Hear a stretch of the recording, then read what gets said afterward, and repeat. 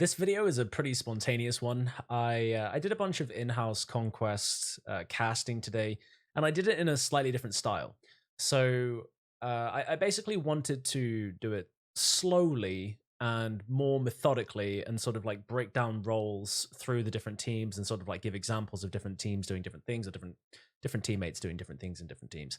And it was something that was pretty well received by the audience that I had, and I wanted to share it with you guys.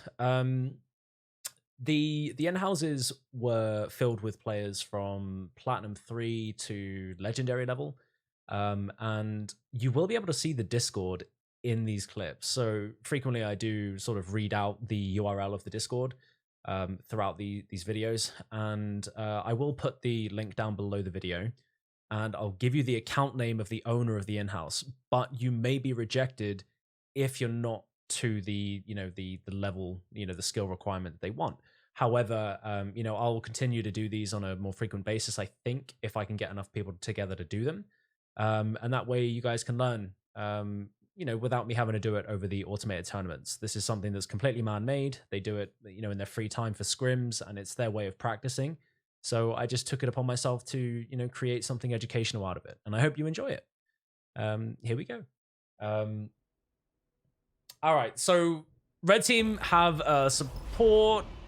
I would expect possibly that the red team Holosmith is probably going to go close. And I would expect that Him Raving is going to go close on the blue team. So Him Raving is a duelist. He's running Sikkim Soul Beast, so this is something that is pretty effective as a 1v1 class. And as I predicted, the Holosmith of the red team has gone close. So again, these classes, these choices, they are both very capable of doing 1v1s. So, if somebody were to rotate and push far, then they would have somebody who could answer to it. So Him Raving is now rotating mid, as is Zanz and White Wine. These fucking... I mean, they're meeting in the middle, which is completely... They're literally trading nodes. They are literally trading nodes. How ridiculous. All right? So, okay, the difference being that Him Raving is being chased by Cookie, and nobody was chasing Zan. So the difference is that obviously the red team get the decap on the far node, but the blue team did not manage to get the decap here. Okay? So essentially what's happening is, again, like I said, Him Raving is able to duel, and is dueling as appropriately as he can to try and like take that node and get it neutral. And Cookie is playing Core Guardian, so this is a heavy damage dealer that is punishing Him Raving. Him Raving is obviously using the Soul Beast evasion that I talked about earlier. That's an evade frame on the Sword 3, and that's an evade frame on the Sword 2. Now, in this time, the red team have picked up those side nodes, and that's what you would expect, because one was defended and the other one wasn't. No, it's not, James. There was a team fight that took place, which essentially was a 4v4, because we know that we have the two other players were like contesting each other's nodes. And, obviously the blue team picked up the mid node. So, this enabled the blue team to kind of keep their points ticking, but the red team played it better over the defense of the side nodes. Now, one thing to note is that there are external influences. So, for example, there is the Chieftain and there is Svanir. Svanir is a beast. You kill it, you gain 50 points for all base stats for 90 seconds, okay? On top of that, you also gain a flat 25-point gain. Now, at a higher rating of PvP, these things are considered pretty much untouchable. You don't go near them. They can be stolen by good players. They essentially pull you away from the node. So, for example, say Grenier had just captured this node and then ran off to do the beast, right? Cookie could go, I don't want this guy to have this, the Core Guardian go, I don't want the red team to, Verda or whatever could come in and say that they don't want the red team to have the beast. So they come in, they wait for the last second, and they do the last bit of damage to Svanir, and they steal the points. It's like stealing Baron or Dragon in League of Legends, for example. It's like getting the last hit and taking the 25 points. At the same time, the point could get decapped. Somebody could roam into this node whilst somebody is doing the beast, and then you lose that ownership of the node, and then you don't have the passive point gain. So it's just something you don't really want to invest time into unless you know for a fact that you can secure it. So, you know, a smart thing to do would be like, okay, so the majority of the enemy are on far node and the other enemies are in mid. Nobody's coming here. Nobody's on respawn. Nobody's rotating into me. I can see everybody. I can kill this quick enough when nobody's going to contest it. I'm not going to lose my node. We're not going to lose the team fight. Alternatively, you could say I'm going to do this once, you know, once the enemy's been wiped out. Once that we know that we've put 3 of them on far. Something like that is an inkling for when you would go for a beast, okay? Again, it could also be, you know, a random point that's pretty specific where you know for a fact that, you know, the game is about to time out, you need a point lead, so you go and you defend or you contest the beast and you try to get them stolen. That's a different attempt. That's a completely different thing. It's strategic and it's you know, worthwhile. So something that is, you know, very consistent here is, you know, the side nodes are pretty much like where the majority of the players at the moment for these teams. You know, they seem to be contesting where one team owns either both of them or the other owns both of them. And they seem to rotate mid for a big fucking punch up. And then, you know, that point eventually belongs to somebody, but the other team seems to just maintain ownership of the side nodes. So him raving has just rotated into mid to get the neutral. So these are, again, 2 1v1 classes. The blue team don't necessarily have a rotation. They don't have, like, say, a thief, for example, that would make that rotation, so it makes sense for him raving to do that. He has a lot of mobility, and he's good at 1v1s. So he's pushed into this mid node to prevent the red team getting any point gain, and he's also able to answer to it, so he can defend it if somebody comes to stop him. Like this Hollowsmith is saying, I don't want to give you this node. We don't want to give this to you. He's leaving right now because he's got a 2v1. He doesn't want to die for free. So he's leaving. That's a sensible decision. He's not just leaving into like the enemy. He's rotating back to his point. So ultimately, if somebody chased him, he would be able to fight them in a 1v1 on their node, on his node rather. So again, Rave is now pushing out, and now it's, you know, it's actually going to get that decap before him raving gets there. But him raving should be able to answer that. He just walked into the twice. Him raving, come on, man. So him raving rotates in to prevent the red team from getting ownership over that node. As long as he is there on that node, he can. You see how it's like it's ticking up and it's ticking down, but it doesn't belong to anybody. It's neutral, right? So he's there as a preventative measure, and he's gonna hang around. He's not gonna. He might actually rotate towards mid, but not necessarily. He doesn't need to because they have the close and they have the mid, and the majority of the red team is in mid. He can be here to answer to the 1v1 into this Hollowsmith. And he's gonna try and get back to that node. He's gonna try and be the contest, and he's gonna try to neutral it, right? That's what he wants. So the majority of the play here takes place on the node, but he will be able to disengage and kite up these stairs, up onto this log, around the stone down here, if he needs to. And that, again, that is all like situational, and it's all things that, you know, are part of the PvP. They're part of dueling. His build is just Sikkim. It's essentially he's running Doyak stands for stab. He's running Quickening Zephyr. I'm assuming he's got bird and smoke scale. It's essentially like a more offensive soul beast. It's something that isn't just boring. You know, he's not running Moa stance with the consumed plasma as far as I'm aware. Yeah, he had smoke scale. So it's more offensive just by utilizing high damage burst from Axe and obviously the smoke. But he gets a smoke field as well that he can put down, blast into it, and getting into stealth as well. So he does have good disengage potential, but he still has the evasion kit of Sword 2 and Sword 3. So, yeah, so this is kind of like what you would expect from a duelist, okay? He again, is not surrounded by players all the time. He spends a lot of time in 1v1s or, you know, 2v1s. He has people that push into him to try and get ownership of the node.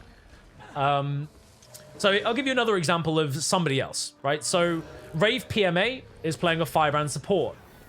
This is pretty much the only pocket healer in PvP. Other support builds at the moment don't really contest. They're not really as good. So you're normally going to see this build alongside a Reaper or a Scourge. Scourge is better. Scourge has more condition spread. It's better in team fights, but it's very squishy. So it requires that support. So in this case, you've got Rave, who is actually with Grenier. So Grenier is playing Reaper, and Grenier is being resustained by Rave. Rave is going to channel Signet of Mercy right now if he can. Signal Mercy's being channeled. There's the channel, and Grenier gets back up again. So you see how the support is able to change the tide of a team fight, okay? That's why you need it. Grenier does a lot of damage, but doesn't have self-sustain. They get punished, they get pushed away, and Rave is just hanging around him. You see? Now, Grenier's probably going to die here. Rave is aware they're going to die, but they have a lot of red team members around that they can actually, like, get the res again.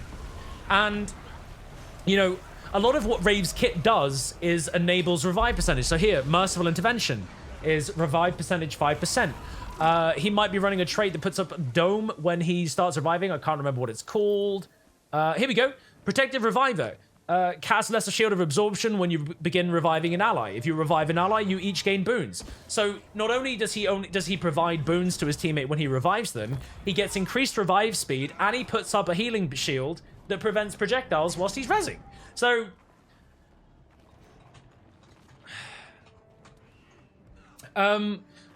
like you can see how there's like benefits to having a pocket firebrand, okay?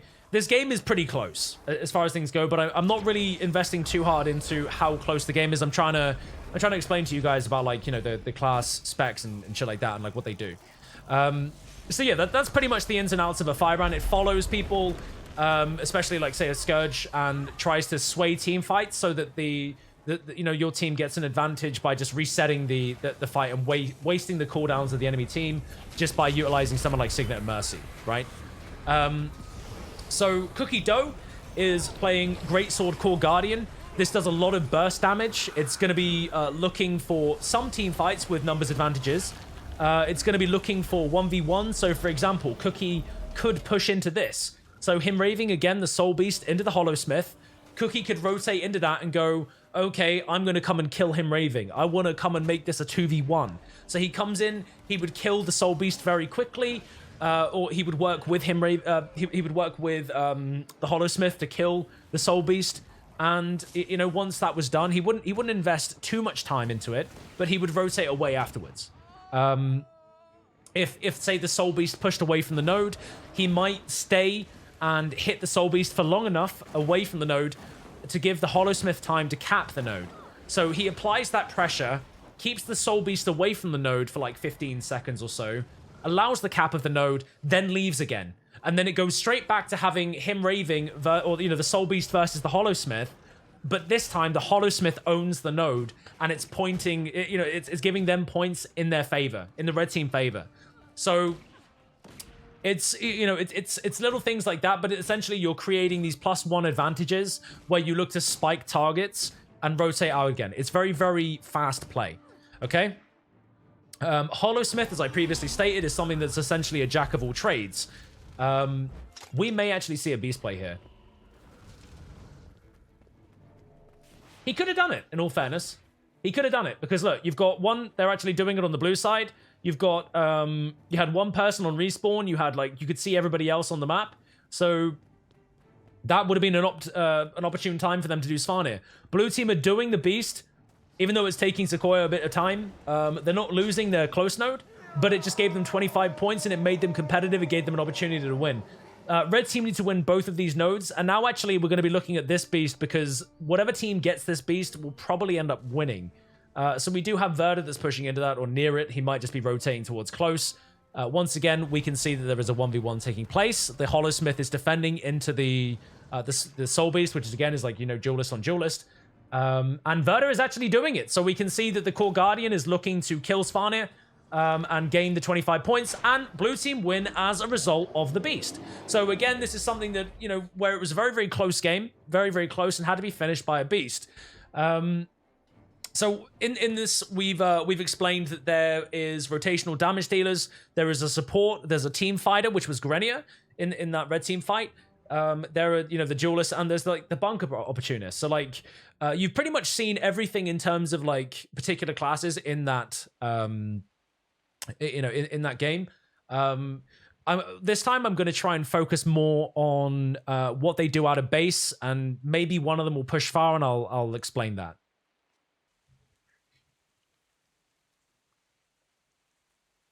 So I do hope that you guys learned from the last one, like the last map. I'm going to do the same thing this time, and I'll try to, like, you know, explain what they're going to be doing out the base. So here we go. This is game 2.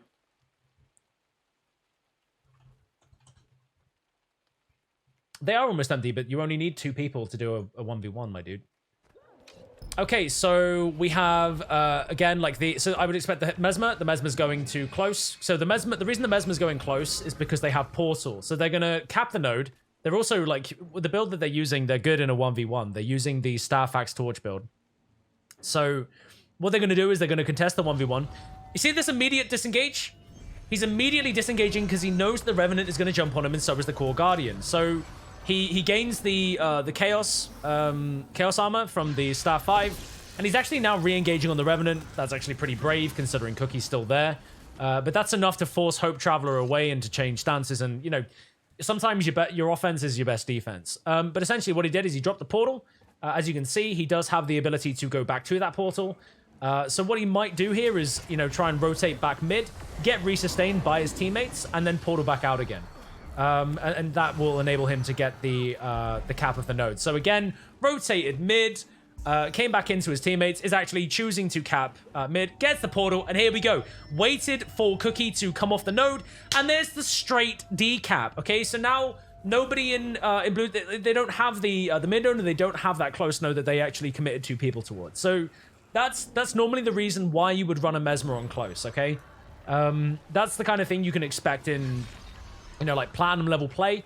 You know, if you start doing this in gold and you do it very frequently, then again, especially if you're able to beat your opponents in that 1v1 by using this build, this Axe Torch Staff build, it is a very, very strong 1v1 build. But if you can win the 1v1 and you're able to rotate like that, you will be able to carry your teams very effectively, and you'll get yourself out of gold very, very quickly.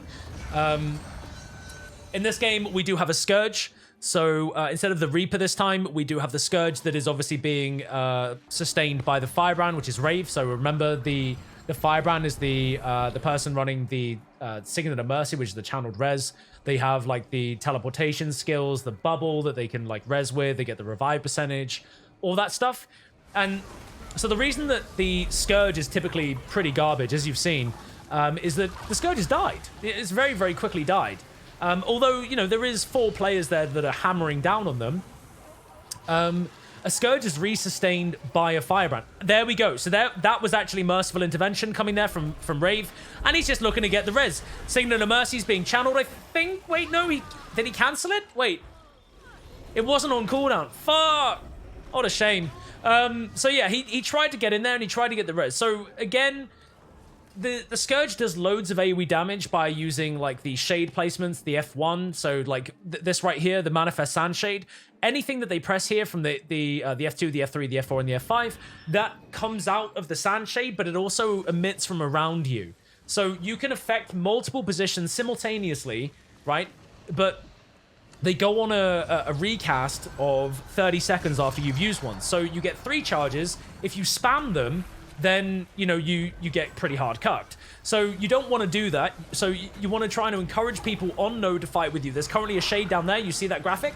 That's where the shade was. It was underneath his teammate because he wanted to create pressure under his teammate so that they would be forced to take damage. Now, Felicitaria has Rave now, finally, but Cookie did just jump onto Felicitaria with Gauntlet, and now he's channeling Signet of Mercy. There's the Signet of Mercy. So again, Felicitaria doing a lot of damage, able to do a lot of damage, but hard pressured by burst damage and needs the resustain of the Firebrand. So I think I've proven my point. Rave won't be able to res him this time. He's forced to disengage. But again, this shows the vulnerability of the Scourge. People say, oh, Scourge is broken in low reload. It's like, Scourge is broken, Scourge is broken. It's really not. It's really not broken. It's very easy to counter. It just requires your team to answer to it, right? What makes it broken is the Firebrand. The Firebrand, keeping it alive, is what makes a Scourge broken, okay?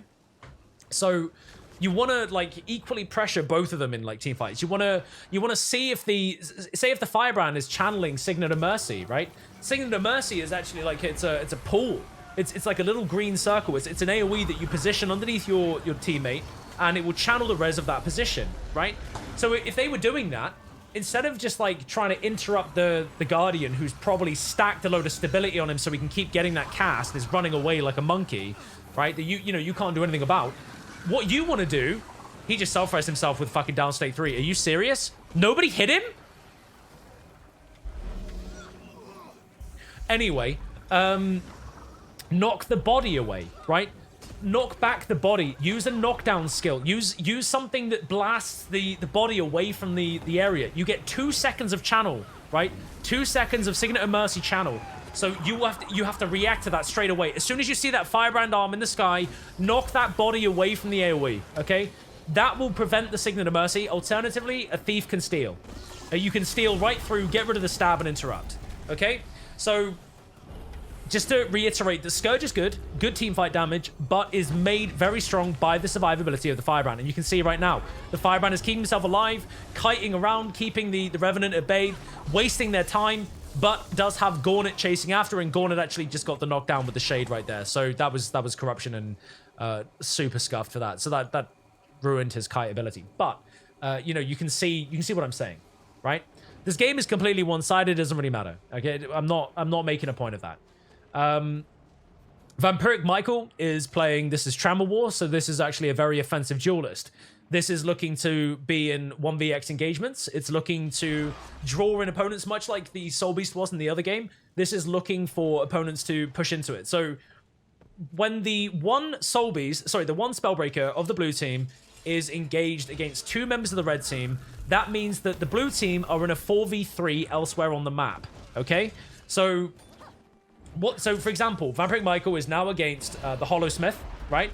If one more player from red team came to try and push into Vampiric Michael, he'd be getting what he wants because he has ownership over the node, right? For one, so it is his, and at the same time, he can at least keep it neutral.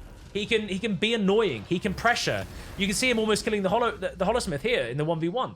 He has the kit potential to, you know, for example, with full counter, somebody comes in and hits him, trigger that full counter. Like, you negate the damage, you interrupt them, you apply slow and cripple, you gain stability, you gain endurance, you daze them, it's unblockable, yada yada yada. It does a lot of damage, but it is as defensive as it is offensive. And if you use it at the right time, especially when 2 people are hitting you, chances are you're just gonna like ping them for load of damage, and whilst they're stunned, you land that other stun, you land that shield 4 that you know locks them in place, you land that bull's charge, you know, knock them in place again. You have the ability to punish players who are low health as well. So if that person that comes in on you is like, say, a Revenant or a Thief, and you land a chain knockdown or a chain stun, and they can't react to it quick enough, they will eat the Arcing Slice of Greatsword 2, which is like the F1. It's this ability right here. That does a hell of a lot of damage, I'm telling you, okay? That can hit, with this build, it can hit for about 10,000 damage if you're below 50% health. It hurts a lot. And then you can easily win a 1v2. It's about knowing how to like punish your opponent, right? I mean, for example, this Hollow is like kiting this Trammel War very, very well because obviously utilizing, you know, like terrain there. Debated the, that was a very quick succession. You see, he can win this now. That was actually, he got the stun there. Leaps across. That was Hollow X Tornado. Greatsword 3. If he lands one more Arcing Slice, that's 5k on the Arcing Slice, which is weapons. Again, utilizing Sword 2 to catch up. Sword 3 does more damage under 50% health as well.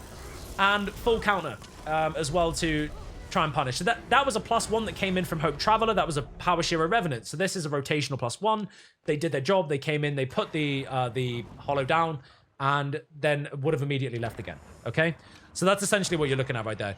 I know that game just became like a 4v5. But I hope you guys can still take something from that, right? Okay. So this is Curse's Soul Reaping. This is something that you would typically only run with the Scourge trait when you want to do maximum damage, okay? And this is something that almost requires you to have a Firebrand support. If you run this build, your sustainability is little to none, okay? This is where you'll see this build like very, very common in automated tournaments at high level, but they will almost always have a Firebrand with them, okay? So he is running Deadshot Amulet, again, has no healing power on it, has the standard amount of Vitality, and is running, you know, Rune of Scavenging. This is just condition damage. Does grant himself additional Vitality, additional condition damage off of his Vitality, but he does have Scepter, Torch, and Staff. And the sigils are, you know, pretty standard. But essentially, this is a team fighter, and as you can see, the Firebrand is following him and healing him. See Rave just chasing after him, essentially. He's also going to be looking to sustain other people in the area. It's not just Gauntlet. But Gauntlet is running. Gauntlet is kiting. He's not standing still, allowing everything to hit him. But he's still doing damage to people below, like, you know, around him. Okay? Like, he's doing what he can. But at the same time, Hybrid Venom is the blue team Firebrand, who is essentially countering all of the damage that Gauntlet does. So Gauntlet is applying a lot of conditions to everybody. He's applying a lot of torment, a lot of bleeds, burns, whatever, right? Everything that his kit enables him to do, he is, you know, putting it out. But it's being removed by the Firebrand. The Firebrand has a lot of resistance output, which obviously is like, it makes conditions ineffective. He is literally removing conditions as a whole. You know, like he'll either give you resistance or he'll remove them. So, you know, it kind of becomes this thing where you need somebody to at least punish the enemy Firebrand so that they can't do this as efficiently whilst the Scourge is doing that. So, you know, whilst Gauntlet was putting out all of that damage, it would have made sense for someone like Sequoia, who does a lot of burst damage, to jump on Hybrid's back, to, you know, do a lot of unblockable damage, to hit him in the face and just say, hey, heal yourself, pay attention to me, I'm gonna fuck you up. If you don't pay attention to me, I'm gonna kill you, so stop healing everybody else, stop removing all those conditions, because I want my team to win this engagement. So, you know, that's pretty much how you need to look at it from his perspective. He needs to be jumping on the Firebrand and being that punishment, and Gauntlet would then be able to get his output. That right there, Hope Traveler just full healed himself. I want to make a quick note of that. He used Infused Light. So Facet of Light is the heal that comes along with when you go into Dragon Stance. And when you use the second active of it, any damage that you take in that like 3-second window gets applied to you as a heal. So he actually used it very effectively there. So that is Facet of Light. You can see it's on cooldown right now. If he reactivates it, anybody that hits him, he'll probably use it in a second actually. No, he switched back up to Shiro to be offensive. Okay, so yeah, so like this. Sorry, that was just an example of like resustaining as a Revenant. Again, this is an example of like plus oneing. So Helix is playing the Mirage, the 1v1 Bruiser, and this is currently a 3v2. So Helix is straight away disengaging, and Sequoia is either going to get caught or be able to disengage as well. Helix is not just running away blindly. This is the Infused Light, by the way. You've just seen the icon be removed. Sequoia's going to die here. Has no method of escape. You know, Helix was trying to put some pressure down to try and peel, but it was almost impossible.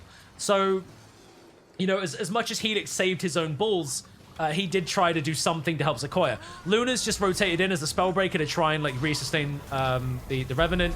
And arguably, Rave could have come up and, you know, channeled Signet and Mercy, but was on the other side of the map. So, again, Firebrand and the Scourge are together. Gauntlet is trying to, you know, that's a shade right there as they jump down. He's looking to apply as much damage as possible.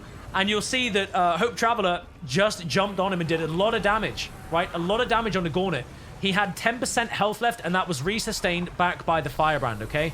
So, again, point made. Very, very squishy, very vulnerable. Does a lot of kiting, puts, you know, shades behind and baits people into them to chase after them, and then just unloads a lot of conditions on them. Is still running, still being sustained by the Firebrand. Firebrand is probably channeling Signet right now. Got interrupted, so Gauntlet gets hard fucked, and the Firebrand goes down as well. I'm going to make a note of what they're doing right now. They put Rave down, and they didn't finish him immediately. They're bleeding him. Okay, so bleeding out is something that you do in competitive PvP that essentially enables you to leave that opponent on the floor for an additional amount of time, as well as their respawn timer. So you can see it took 15 seconds for him to actually get back into the game, but he also bled out for, you know, approximately 8 seconds.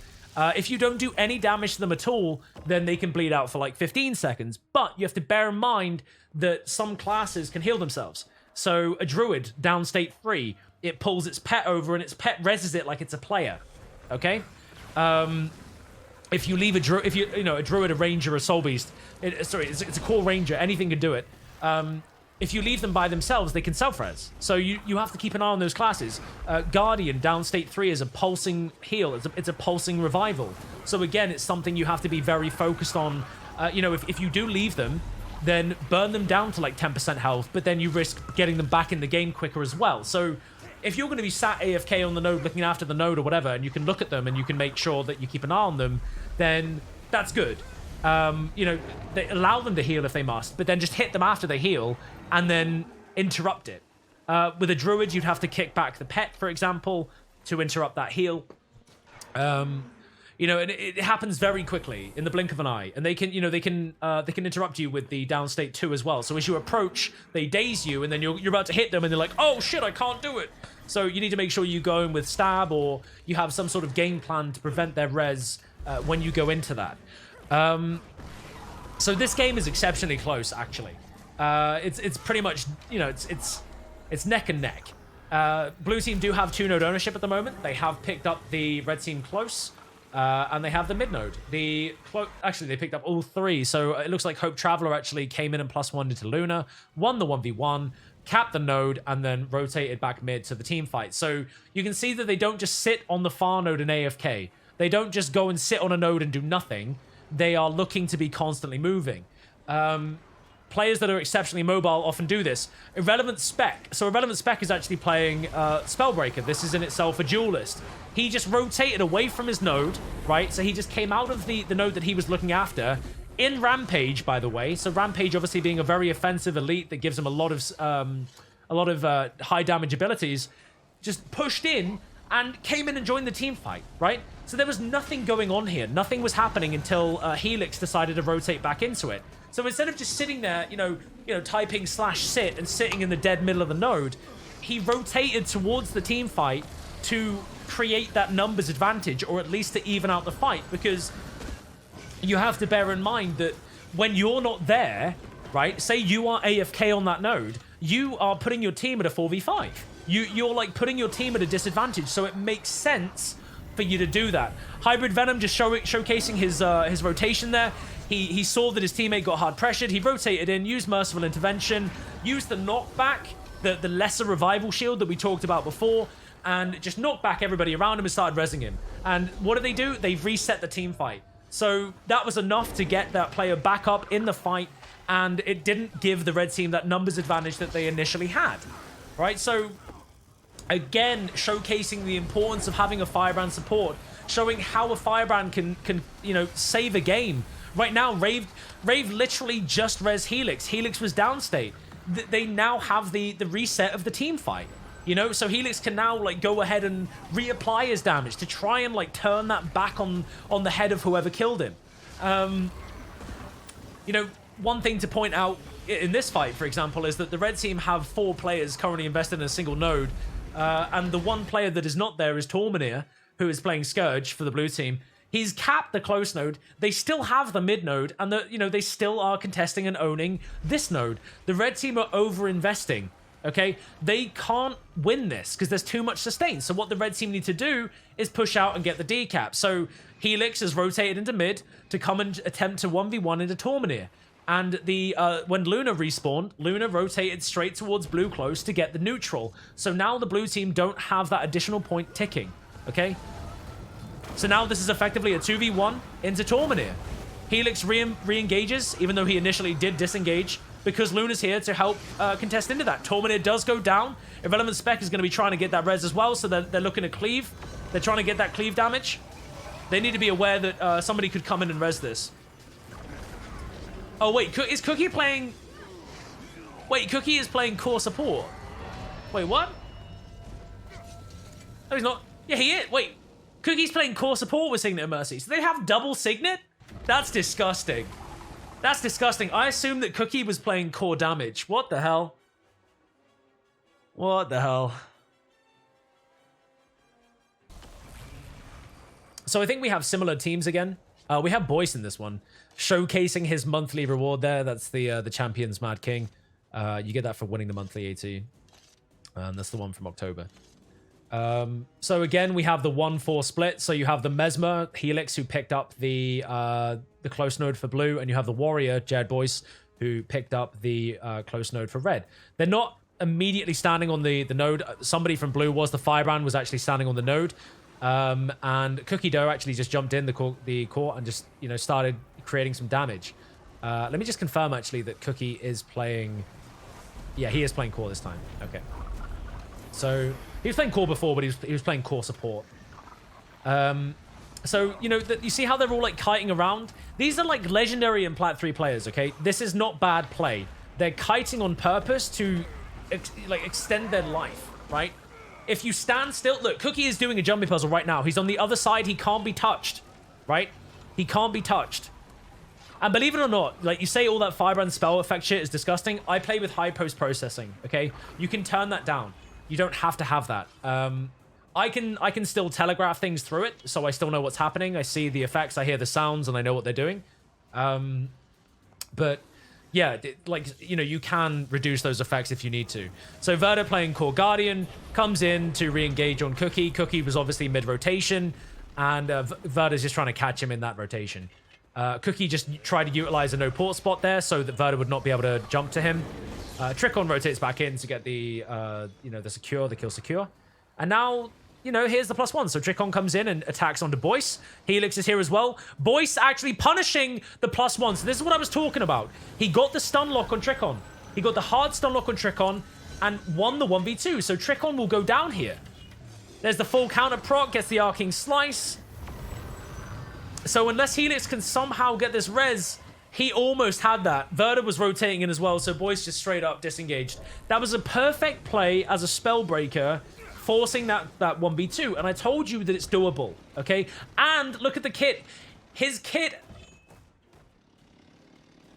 Boyce, what are you doing to me, man? You almost got out, okay? Okay, somebody resed him. All right, he's getting resed by Cookie. Okay, so he actually managed to disengage from that fight, all right? And so he not only did he 1v2, he punished the +1 because they were already low health, and he managed to disengage, but there were 3 people there. 3, right? There was Trickon, there was Helix, and then there was Verda, right? All 3. So you had Trickon, which is a Revenant, which is a rotational +1. You had Verda, that's a Core Guardian, that's another +1. And Helix, who was the 1v1 initially into the Spellbreaker. So he forced 3 people to answer to him, right? And meanwhile, his team were fucking, you know, able to do whatever they needed to do to try and come back from like, that deficit. So, in actual fact, I'm pretty sure the reason that 3 of them rotated in was because Red Team lost a lot of players. Like, for example, here, Rave is down, Tormaneer is down, and I think that they just saw an opportunity to push into it. But that's the kind of thing you can do as a Spellbreaker. And again, he's still here in this engagement. It's a 2v2. It's actually a 2v3. Trickon is still here with Helix. And they're trying to prevent them from resing Verda. So that Trickon goes down again. Cookie Dough's spike damage there was pretty good preventative of like whatever pressure they had. And now Helix is being pushed away. So, you know, Helix is now being punished by Hope Traveler. Helix goes down. They might even... Okay, they are leaving the bleed. I thought maybe, considering there's 3 players there, that they might even go for Chieftain for the quick point gain. But you can see that they actually did not go for Chieftain. They are rotating towards mid. Now, as I said before, it's worthwhile ignoring the beasts, okay? Now, the beasts, they pull you away from your momentum. Your momentum is like this. When you kill 3 players, stop their point gain. Flat out, stop their point gain. Get that decap, right? So they did that. They did have mine contested, but all the blue team players respawned, and now they're here contesting their close node. So the red team are actually over investing here, and they're going to die. Unless they can get that Signet of Mercy. He gets the Signet of Mercy. That's disgusting. He didn't even have line of sight. He dropped down into the river there as he was channeling that. So Tormaneer did get that. That was really, really good play by Rave, by the way. But, you know, blue team did pick up this node. Whilst that whole thing was going on, and the red team were forced to disengage. So now they're rotating back towards where their node is. And they're saying, right, come fight us here. We own this one. So when you're investing time here, maybe, just maybe, somebody from red team will rotate out and go get that decap. So you force the fight away from it to open it up, and then somebody comes in and takes it. So, you know, it might be Boyce that does that. It might be... You know, it might be Hope Traveler. It depends. Right now, this is a pretty, like, Monka-esque situation. They got the kill on Trickon, which actually Resustained Hope Traveler, so they got the rally. Tormenir goes down as well. Rave does not have Signet of Mercy. So now this is a case of them trying to maybe get the stomp on Verda. Verda is down. If they get the kill on Verda, everybody rallies. They get it, and everybody rallies. This is the resustain. So then you can see that in this time, even though, you know, Trickon came out and got the cap of the close node straight away. This node has still been untouched, so Cookie now rotates into it to get that decap. So, you know, the blue team aren't taking such a huge lead. So again, this is a rotational +1. This is a rotational damage dealer. They have a lot of mobility. You know, and it's about utilizing that mobility to know when you're going to be able to do this. You know, and rotate out, but don't die on the way if you can, right? Is there a reason why players sometimes only decap and not full cap? Yeah, so that's a strategic choice. Okay, that right there is a strategic choice. You see, like, there's a huge like team fight going on or something, or you know that the enemy team is gonna, you know, respawn and come and, like, you know, flatten you, or, you know, you've just got that decap and then a warrior's pushed into you and you're like, shit, I can't answer to that. I can't 1v1 this guy. Am I more beneficial somewhere else? So then, like, say for example, it's a thief and the thief just can't win into the warrior. You're like, oh, okay. I've got the decap already. They're not getting any points for the next 15 seconds. That's cool by me. I'm going to rotate back mid. Maybe I can kill somebody in mid and make that a more beneficial team fight, right? You don't always have to full cap.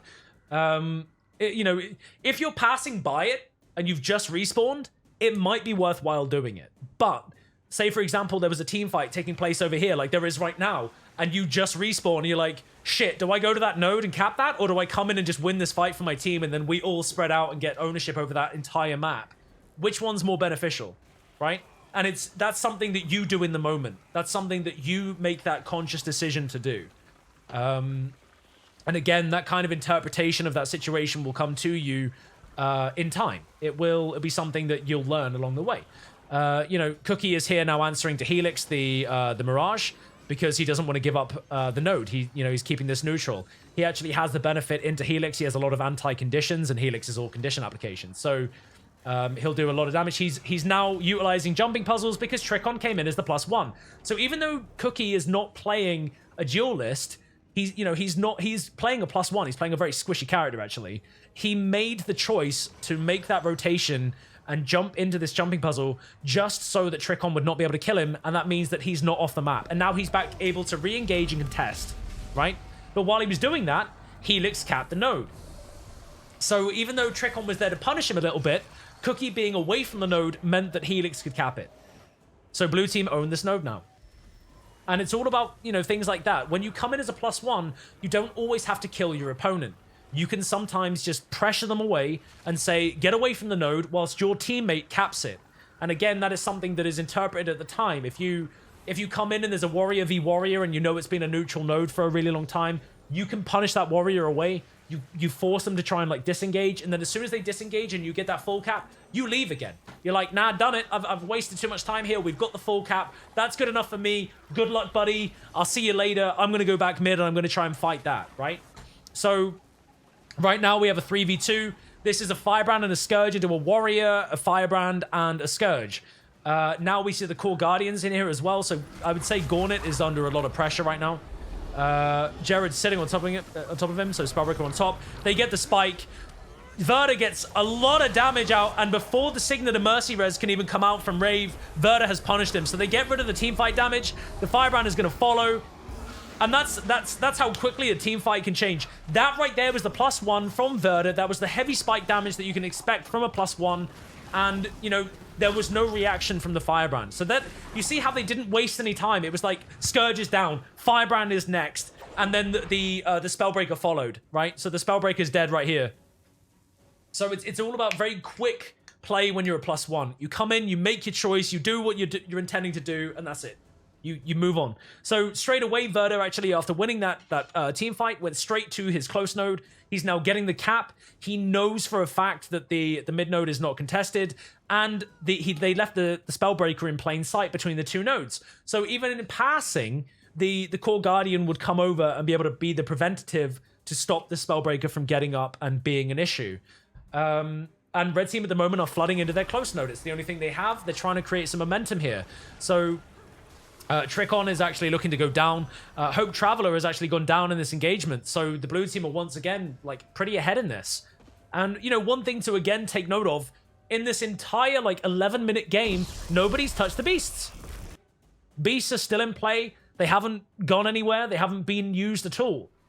I see people make the mistake of doing this so often. Like, they just think that the beasts are so important on this map.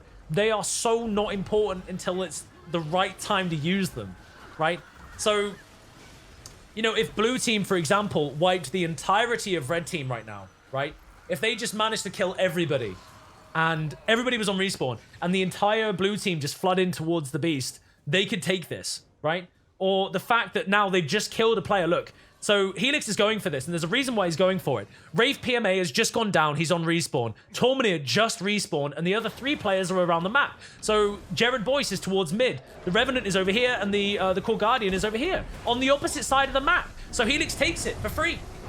There's no contest, and that's a smart play because he made the conscious decision to go, okay, there's 2 players out. I'm not going to get stopped. I can take this.